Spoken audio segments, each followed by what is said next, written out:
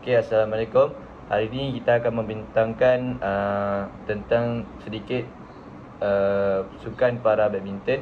Nama saya Muhammad Ashkar bin Zakaria Aidah. Saya memegang nombor matrik E2024-10338884. Saya akan menceritakan tentang sejarah sukan iaitu para badminton.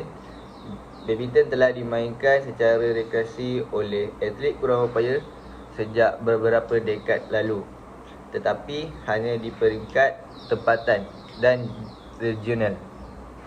Pada tahun 2020, Tokyo Paralimpik menjadi acara paralimpik rasmi buat pertama kali.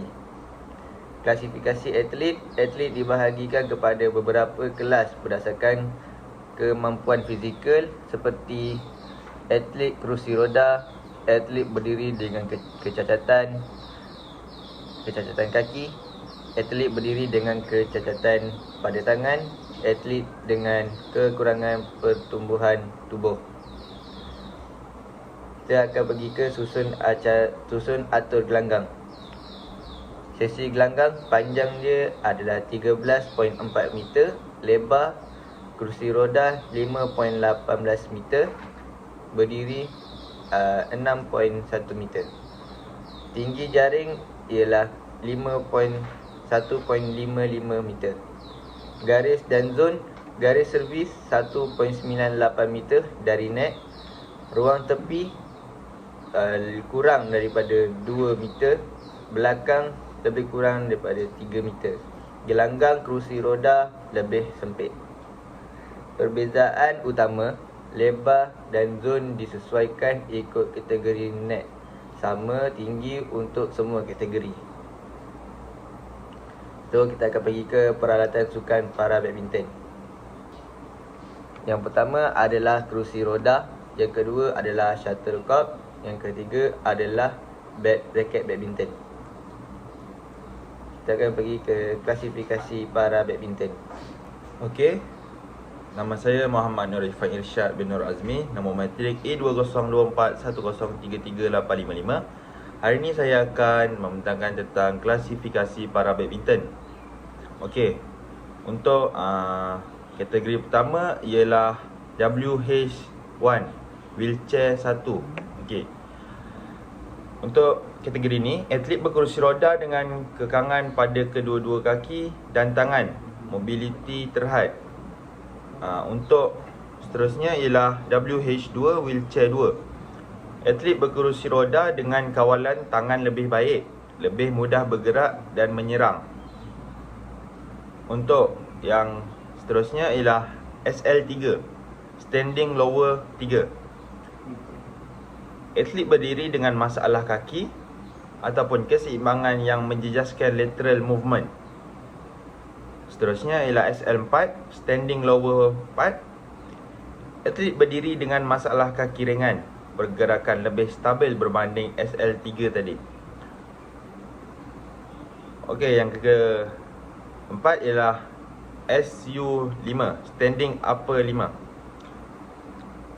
Atlet berdiri dengan kecacatan pada tangan ataupun lengan yang mempengaruhi genggaman atau pukulan seseorang. Yang terakhir ialah SH6, iaitu short stature. Atlet dengan ketinggian rendah akibat kondisi genetik. Assalamualaikum. Nama saya Muhammad Syahid Syamil bin Syahari. Nombor matrik E2024-10338846. Baik, untuk kali ini saya akan terangkan ciri kelayakan untuk para badminton. Yang pertama, kecacatan kekal. Kecacatan fizikal yang menjejaskan prestasi. Contoh, amputasi, cerebral palsy atau dwarfism. Yang kedua, boleh bersaing. Pemain mampu bermain badminton secara kompetitif dalam kategori yang sesuai. Yang ketiga pula, dokumentasi rasmi.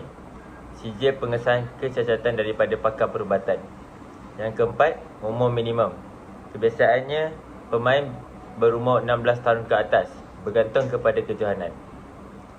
Assalamualaikum dan salam sejahtera. Nama saya Zaki bin Abdul Malik, bernombor matrik E2024-10338877. Hari ini saya akan menerangkan kepada anda semua tentang peraturan badminton kerusi roda. Yang pertama, skor. Sama seperti badminton biasa, 21 mata, best of 3 set. Yang kedua, servis. Harus dilakukan mengikut garis servis, tetapi untuk atlet berkerusi roda, servis boleh lebih rendah dari pinggang. Dari pukulan pula, shuttlecock boleh dipukul dengan raket mengikut peraturan standard. Dan seterusnya, peraturan mengikut kategori. Bagi kategori WH1 dan WH2 wheelchair, atlet tidak boleh keluar dari kerusi roda semasa bermain. Garis sampingan luar untuk kerusi luas. Servis boleh diubah ikut kemampuan kerusi roda. Bagi kategori SL3 dan SL4, standing lower, bermain berdiri, pergerakan lateral mungkin terhad, peraturan standard digunakan, tetapi pemain sesuaikan kawasan gelanggang jika perlu. Bagi kategori SU5, standing upper, pukulan boleh diubah suai mengikut keupayaan tangan dan lengan. Bagi kategori SH6, short stature, tiada peraturan khas besar, tapi jarak servis atau garis boleh disediakan untuk memastikan keselesaan. Okey, nama saya Kunalan Anal Lelaki Sega, memegang nombor matrik E2024-103-893. Sekarang saya akan terangkan pasal pengubahsuaian dan cara permainan. Okey, wheelchair WH1 dan WH2 bermain di kursi roda. Garis gelanggang lebih luas, servis dari pinggang ke bawah. Yang kedua, standing lower SL3 dan SL4, berdiri, pergerakan lateral terhad dan peraturan hampir sama. Yang ketiga, standing upper SU5, kecacatan tangan ataupun lengan, pukul disesuaikan. Yang terakhir, short stature iaitu SH6, atlet bertinggi rendah dan jarak servis boleh disesuaikan. Bagi objektif sama, skor 21 mata, best of 3 set. Yang kedua, singles, doubles, mixed doubles ikut kategori. Yang terakhir, adaptasi dibuat untuk adil dan selamat tanpa ubah objektif sukan. Itu sahaja daripada kami. Sekian, terima kasih.